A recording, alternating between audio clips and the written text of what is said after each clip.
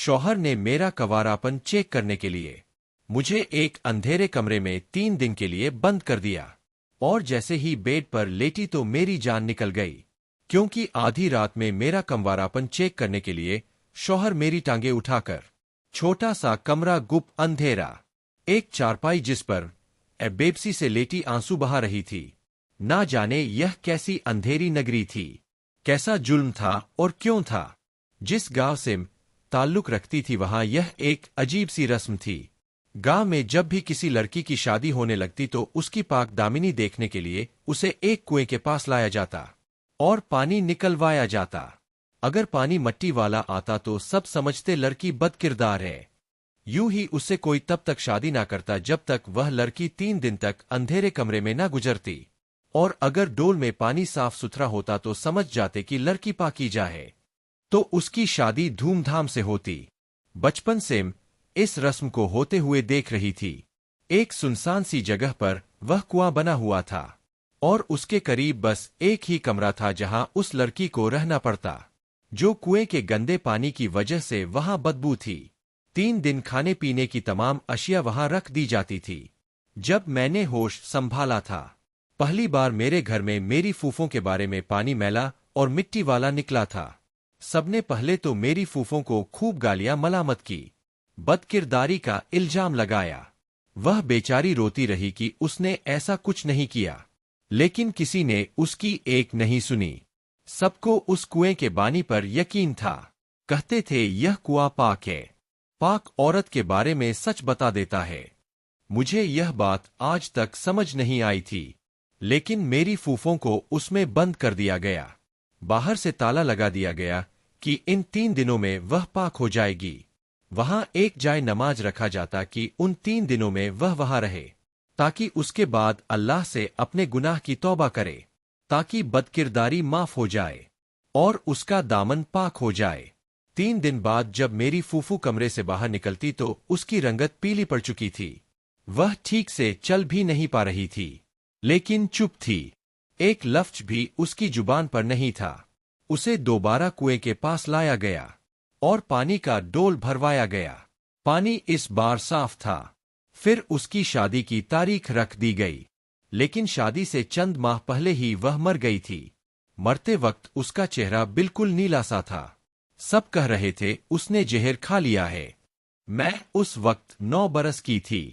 मुझे अपनी फूफों से बहुत मोहब्बत थी। उसके मरने पर बहुत रोई थी, और आज मेरे साथ भी वही होने जा रहा था। मुझे नहीं पता था पानी मैला क्यों आया था, क्योंकि मैं अच्छी तरह से जानती थी कि मैं कमारी हूं। मैंने ऐसा कुछ भी नहीं किया। पूरा कमरा बंद था।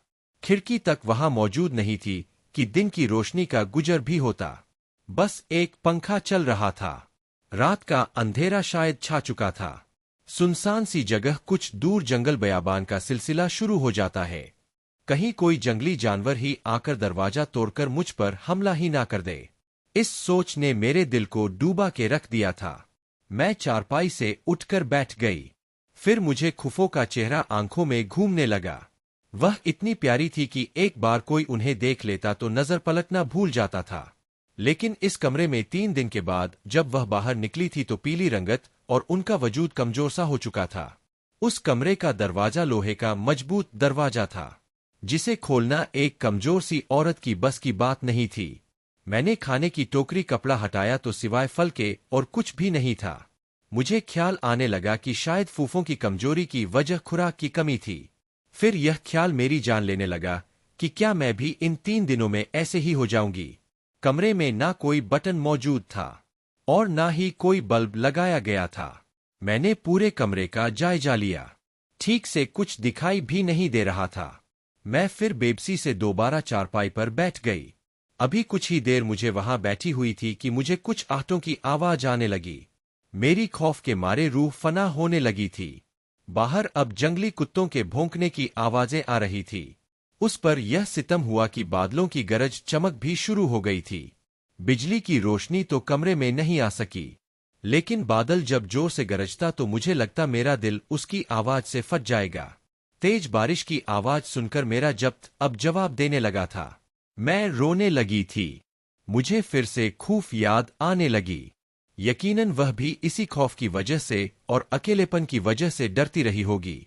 मैंने सोचा रोना तो कोई हल नहीं है, मैं अपने रब के हजूर दुआ कर लूं तो शायद मेरी मदद ही हो जाए। मैं वॉशरूम में चली गई। अभी वजू ही कर रही थी कि वॉशरूम के अंदर से एक खिड़की खुली। मुझे ताज्जुब हुआ कि जब कमरे में कोई खिड़की मौजूद ही नहीं थी तो वॉशरूम में खिड़की कैसे हो सकती है।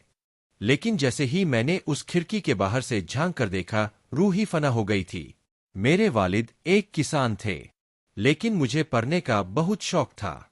10वीं जमात मैंने अपने गांव के गर्ल्स स्कूल से अच्छे नंबरों से पास की थी। अब्बा नहीं चाहते थे कि आगे तालीम हासिल करूं, लेकिन मेरा शौक तो जुनून की शक्ल इख्तियार कर गया था। पहले पहल तो मैंने अब्बा को प्यार से मनाना चाहा। जब वह नहीं माने तो उनसे नाराज हो गई। फिर खाना पीना तक छोड़ दिया।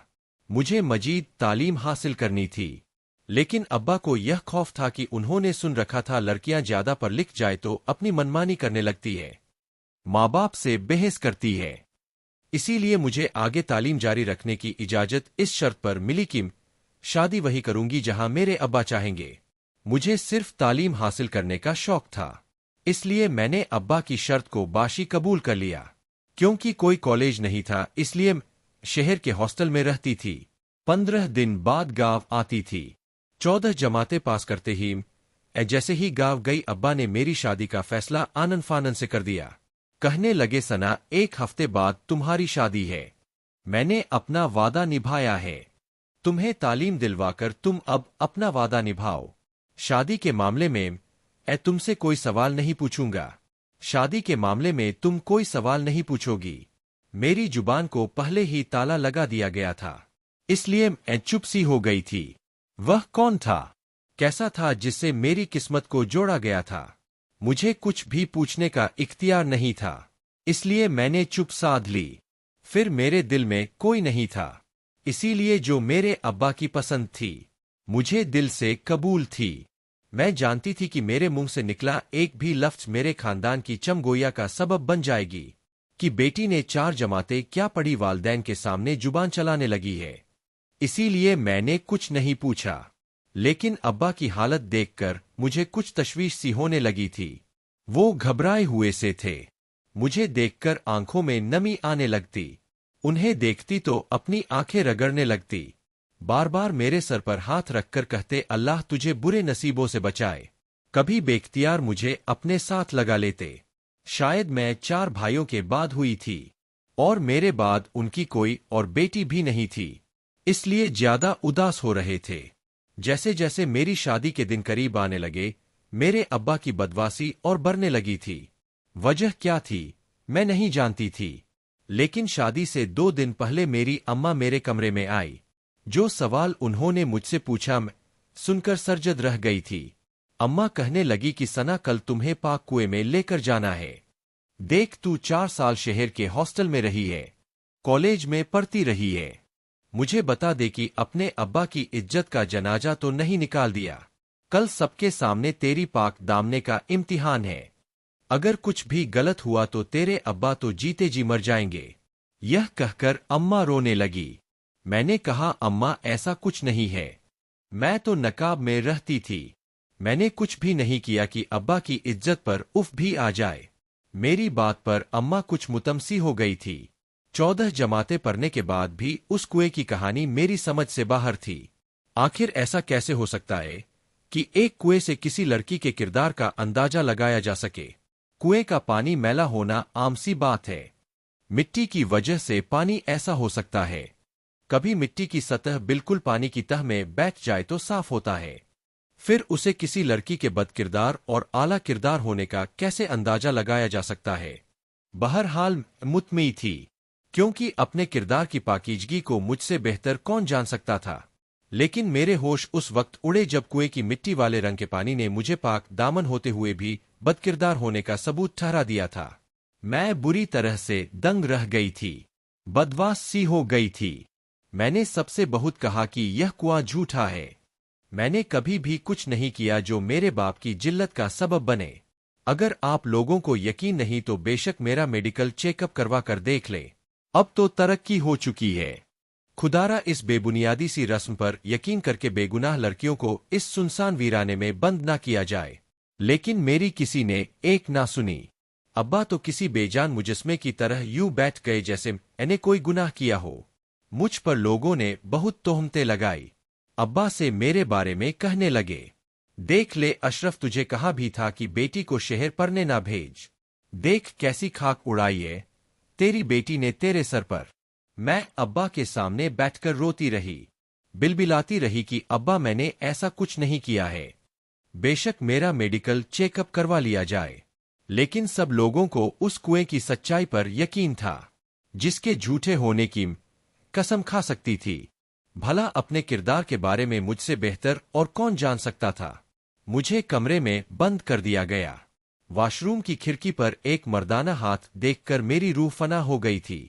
मैं जल्दी से वॉशरूम से बाहर निकल गई और वॉशरूम का दरवाजा बंद करके कुंडी लगा दी। फिर सोचने लगी कि यह क्या माजरा था। एक सुनसान बेयाबान जगह पर एक वाहिद कमरा ही था, आगे पीछे कुछ भी नहीं था। फिर जब कमरे में कोई खिड़की मौजूद ही नहीं थी और बजाहिर देखने पर वॉशरूम में भी कोई खिड़की नजर नहीं आती थी, फिर यह खिड़की कहाँ से आ गई और एक मर्दाना हाथ। कुछ ही देर बाद जब वॉशरूम के अंदर से दरवाजे पर दस्तक हुई तो मेरा कलेजा फट जाने को था। मैं इस कदर खौफजदा थी कि जैसे खौफ के मारे ही मर जाऊंगी। वॉशरूम का दरवाजा भी लोहे का था, बहुत जोर जोर से धड़ाया गया, लेकिन मैं खौफ के मारे एक कोने में छुप कर बैठी रही। दरवाजा नहीं खोला, किसी की आवाज सुनाई नहीं दी गई थी, बस दरवाजा ही खटखटाता रहा। फिर कुछ देर बाद खामोशी हो गई। ना जाने रोते रोते कब मेरी आंख लग गई। सुबह उठकर भी जब मुझे रात का ख्याल आता तो मुझे डर लगने लगा। पूरा दिन खौफ की हालत में गुजारा था। भूख की वजह से जब बेहाल होने लगी तो मैंने कमरे में मौजूदा फल खाने शुरू कर दिए। रात को फिर से दरवाजा बजने लगा, लेकिन मैंने दरवाजा नहीं खोला। इससे अगली सुबह यह सोच चुकी थी कि वॉशरूम का अच्छे से जायजा लूंगी। मैंने दिन में वॉशरूम का जायजा लिया जहां से खिड़की खुली थी। वह दिन में देखने में दीवार जैसी ही थी। मैंने जब उस पर हाथ फेरा तो वह सिर्फ देखने में दीवार जैसी थी, लेकिन वह जगह लकड़ी की बनी हुई थी। मैंने उसे बाहर की जानिब धकेलना शुरू किया। कुछ जोर लगाने पर वह खिड़की खुल गई थी। मैंने अंदर झांक कर देखा तो एक पतली सी बंद गली थी, जिसकी छत बंद थी और गली में भी अंधेरा सा था। मुझे तो खौफ बहुत महसूस हो रहा था, लेकिन मैं उस खिड़की के जरिए से उस गली में उतर गई। मुझे उम्मीद सी हुई कि शायद मैं यहां से निकल सकूं। वो गली इतनी तंग थी कि सिर्फ 2 अफराद बामुश्किल गुजर सकते थे। मैं डरते डरते आगे बढ़ने लगी। जैसे जैसे आगे बढ़ रही थी, उस गली में रोशनी सी होने लगी थी। गली की छत पर गोल सुराख मौजूद था, जिससे सूरज की रोशनी अंदर दाखिल हो रही थी। मैं चलती चली जा रही थी। सामने एक दीवार थी जिसे रास्ता बंद हो चुका था। चल चल कर मैं थक चुकी थी। रास्ता काफी लंबा था। सामने दीवार देखकर मेरा जी चाहा फूट फूट कर रो दूं। मेरी सारी मेहनत रायगा गई थी। लेकिन जैसे ही मेरी नजर ऊपर की जाने पड़ी, मेरा दिल खुशी से झूम उठा था। ऊपर एक लोहे का ढक्कन था, जैसे अमूमन सड़कों पर गटर का बना होता है। वहां पाइप के जरिए ऊपर चढ़ी और वह लोहे का ढक्कन बाहर की जानिब धकेला। जब मैं बाहर निकली तो सामने जो शख्स नजर आया उसे देखकर तुम दंग सी रह गई थी, क्योंकि वह हमारे गांव का चौधरी था। वो बहुत रहम दिल शख्स था। गांव वालों की मदद करता रहता था, यहां तक कि गांव के घरों में जाकर जरूरतमंद लोगों को चुपचाप पैसे पकड़ा जाता था। किसी लड़की की शादी होती तो वह खर्चा अपने जिम्मे ले लेता था। कहता था यह सब मेरी बेटियां हैं। इसीलिए गांव की कोई भी लड़की उससे पर्दा नहीं करती थी, क्योंकि वह हमारे बाप की उम्र से भी बड़ा था। फिर हमारे सरों पर बाप की तरह प्यार देता था। पूरे गांव में उसकी बहुत इज्जत थी। उनके बड़े से महल में कई बार जा चुकी थी। उनकी बेटी मेरी ही हम जमात थी और मेरे साथ ही हॉस्टल में रहती थी। लेकिन वह अमीर थी, इसलिए हॉस्टल में उसका कमरा उसके मयार के मुताबिक था। मैं गरीब किसान की बेटी थी, इसलिए एक छोटे से मुनासिब किराए के कमरे में रहती थी। लेकिन उस लड़की में गुरूर बिल्कुल नहीं था।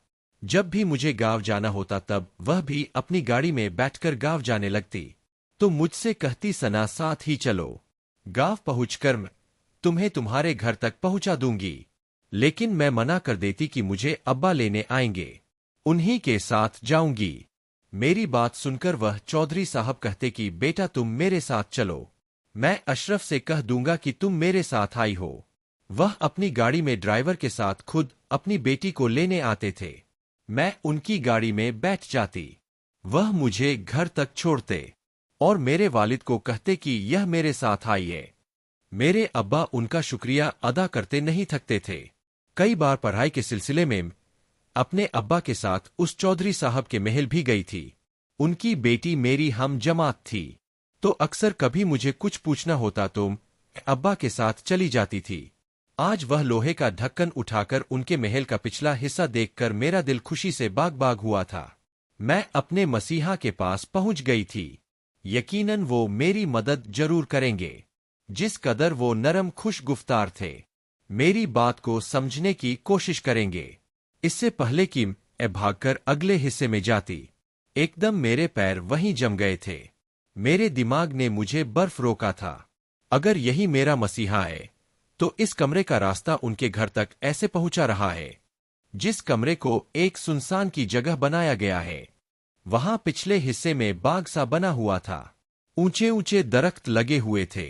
मैं वहां मौजूद दरख्तों की आड़ में छुप गई। मेरी छठी हिस्स ने मुझे खतरे की घंटी सुनाई दी। रात तक मैं वहीं बैठी रही। रात को जब अंधेरा हो गया तो वही चौधरी वहां अपने 2 मुलाजमीन के साथ उसी लोहे के ढक्कन के पास खड़ा था। उसका चेहरा हर किस्म की नरमी से आ था। अपने एक मुलाजिम से कहने लगा, आज अगर वह लड़की दरवाजा ना खोले तो दरवाजा तोड़ देना। यह सुनकर तो मेरे होश ही उड़ गए थे। इंसानी रूप में वह किसी दरिंदे से कम नहीं था। अब मेरा दिल घबरा रहा था कि मुझे कमरे में ना पाकर वह समझ जाएगा कि उसके घर पर हूं। अगर उसने मुझे ढूंढ लिया तो मुझे जिंदा नहीं छोड़ेगा। मुझे घर से निकलना था, मगर कैसे? वह चौधरी यह कहकर जा चुका था। मैं दरख्त पर चढ़कर दूसरी जानिब बिना कुछ सोचे समझे कूद गई। दूसरी जानिब नरम गीली मिट्टी का ढेर था, इसीलिए मुझे चोट नहीं आई थी। मैं अंधाधुंध भाग रही थी। मैं नहीं जानती थी कि मेरा अंजाम क्या होगा, लेकिन मुझे बस अपनी इज्जत बचानी थी। गांव वालों के सामने इस पाक कुएं की असलियत खोलनी थी, जिससे लोगों के अकायद गलत जानी पुख्ता हो रहे थे। मेरी खूफों के साथ क्या कुछ बीत चुका था, अब यह राज मुझ पर खुल गया था। वह क्यों मर गई थी? यकीनन जहर खाकर अपनी जान इसीलिए दे गई होगी। मैं भी अपने खूफ जैसी थी। मैं बेहद खूबसूरत थी, लेकिन मेरे दिल में उस चौधरी का बहुत एहतराम था। बाप जैसा एहतराम करती थी, इसलिए उसके गलीज इरादों की भिनक भी मुझ तक ना पड़ सकी। यह सारा खेल उसी चौधरी का रचाया हुआ था। वो एक पानी के कुएं से भोले भाले गांव वालों को बेवकूफ बना रहा था, जो दिन में गांव के लोगों के सामने उनका हमदर्द बनकर उनके घरों में जाता था, ताकि उनकी लड़कियों को देख सके। उनमें से उसे जो अच्छी लगती उसे वह कुएं के जरिए बदकिरदार साबित करके कमरे में बंद करके उनसे अपने गलेज इरादे पूरे करता था। मुझे मालूम था कि जिस जानिब भाग रही हूं, उसकी मंजिल क्या है, वहां कहां जिस पर खत्म होगा। लेकिन मैं भाग भाग करंपने लगी थी। अचानक से एक जीप के सामने की तेज रोशनी मेरे मुंह पर पड़ी तो मेरी आंखें धुंधला सी गई थी। मैं भाग भाग कर अब निढाल सी होने लगी थी। वह जीप जैसे ही मेरे सामने रुकी, मैं गिरकर होश की दुनिया से गाफिल हुई थी। जब मुझे होश आया, एक अस्पताल में थी। जो शख्स मेरे सामने खड़ा था, उसे देखकर मेरे खौफ के मारे जान ही निकल गई थी। मैं रो रही थी। रोते रोते मेरी हिचकी बंध गई थी। मेरी सारी कोशिश बेकार हो चुकी थी। सामने उसी चौधरी का नौजवान बेटा मौजूद था, वही मुझे अस्पताल लाया था। मैं उसी की जीभ से टकराती हुई बची थी। मुझे पता था जिस अजियत से बचकर भागी थी उसी में जाकर फंस जाऊंगी। वो नौजवान मेरे पास आया तो मैं सहम कर पीछे हट गई। मुझसे कहने लगा, कौन हो तुम? वो मुझे पहचानने की कोशिश कर रहा था। मैं कई बार उसके घर उसकी बहन के पास जा चुकी थी। सरसा तो वह मुझे देख ही चुका था। मुझे यह खौफ हुआ कि कहीं मुझे पहचान ना ले। बस इसीलिए मैंने उसे अपना चेहरा छुपा लिया। लेकिन मेरी बुरी किस्मत की वह मुझे पहचान चुका था। वह मुझसे मेरे भागने और रोने की वजह पूछने लगा। मैं उसे क्या बताती? अगर सच बता भी देती तब भी मेरी बात पर कभी भी यकीन नहीं करता। और वह तो उसी का बेटा था। भला मेरी बात सुनकर अपने बाप को क्यों गलत समझता? वो मुझसे कहने लगा कि अगर मैंने उसे सच नहीं बताया तो वह मुझे पुलिस के हवाले कर देगा। मैं पहले ही डरी सहमी हुई थी। उसकी बात सुनकर और भी हवासी हो गई थी। मैंने सोचा कि मौत तो वैसे भी मेरे चारों तरफ मंडला रही है, तो बेहतर है कि सच कहकर मर जाऊं। मेरे जेहन में आने लगा कि फूफू ने भी इसीलिए जहर खाया होगा, क्योंकि जानती थी कि इस रास्ते की कोई राह नहीं है। मैंने उस नौजवान को सारी सच्चाई बता दी। अपने बाप का नाम सुनकर उसका चेहरा सुर्ख हो गया। उसने मुझे बाजू से पकड़ा और खींचते हुए अस्पताल से बाहर अपनी गाड़ी में ले जाकर बिठा दिया। मैं जान गई थी कि मुझे अल्लाह के अलावा कोई भी नहीं बचा सकता। वह बड़ी तेजी से गाड़ी चलाते हुए मुझे गांव ले जा रहा था। मैं उसकी मिन्नत समाजित करने लगी कि मेरी जान बख्श दो, लेकिन गाड़ी जहां खड़ी हुई थी वह देखकर मेरी जान फना हो गई थी। कुछ ही देर में चौधरी को पुलिस पकड़ कर ले जा चुकी थी। उस कुएं की हकीकत सारा गांव जान चुका था। मुझ पर यह राज उस दिन खुला कि चौधरी का बेटा पुलिस में है। जब उसकी गाड़ी पुलिस के सामने खड़ी हुई देखी, मुझे लगा वह मुझे पुलिस के हवाले कर देगा। अपने बाप पर झूठा इल्जाम लगाकर जुर्म मुझ पर साबित कर देगा। लेकिन जब मैं उसकी हमराही में पुलिस स्टेशन के अंदर दाखिल हुई, बहुत से पुलिस अहलकार उसे सल्यूट करने लगे, सर सर कहने लगे। वो मुझे अपने ऑफिस में ले गया। सारे बयान तहरीरी तौर पर लिखवाया गया। फिर मुझसे कहने लगा कि अगर तुम सच्ची हो तुम्हारा साथ जरूर दूंगा। मैंने कहा कि तुम अपने बाप के खिलाफ कैसे चल सकते हो? वह कहने लगा वह मेरा सगा बाप नहीं है। मेरी माँ से उसने जबरदस्ती शादी की थी। मेरे सगे बाप से मेरी माँ को जबरदस्ती तलाक दिलवाकर उसने मेरी माँ से निकाह किया था, क्योंकि मेरी माँ बहुत खूबसूरत थी। उस वक्त मैं छोटा था इसलिए कुछ नहीं कर सका। यह शख्स खूबसूरत औरत को देखकर पागल सा हो जाता है। मैं पहले ही ऐसे किसी मौके की तलाश में था कि उसे बेनकाब कर सकूं। कमरे का राज भी खुल चुका था। मैं आजाद बाइज्जत अपने बाप के घर पर मौजूद थी। मैंने हिम्मत नहीं हारी थी। अपनी इज्जत को बचाने की कोशिश में वह सब किया जो मुझसे हो सका।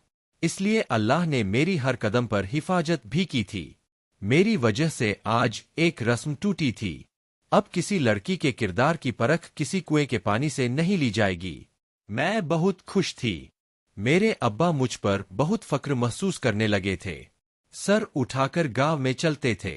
कहते हैं, मेरी सना को देखो, कुएं की सच्चाई जान गई। बहुत से लोगों ने अपनी बेटियों को तालीम दिलवाने का फैसला मुझे देख कर लिया था। यह मेरी खुशनसीबी थी। आज की वीडियो कहानी आपको कैसी लगी कमेंट करके जरूर बताइएगा। और वीडियो अच्छी लगी है तो लाइक शेयर जरूर कीजिएगा।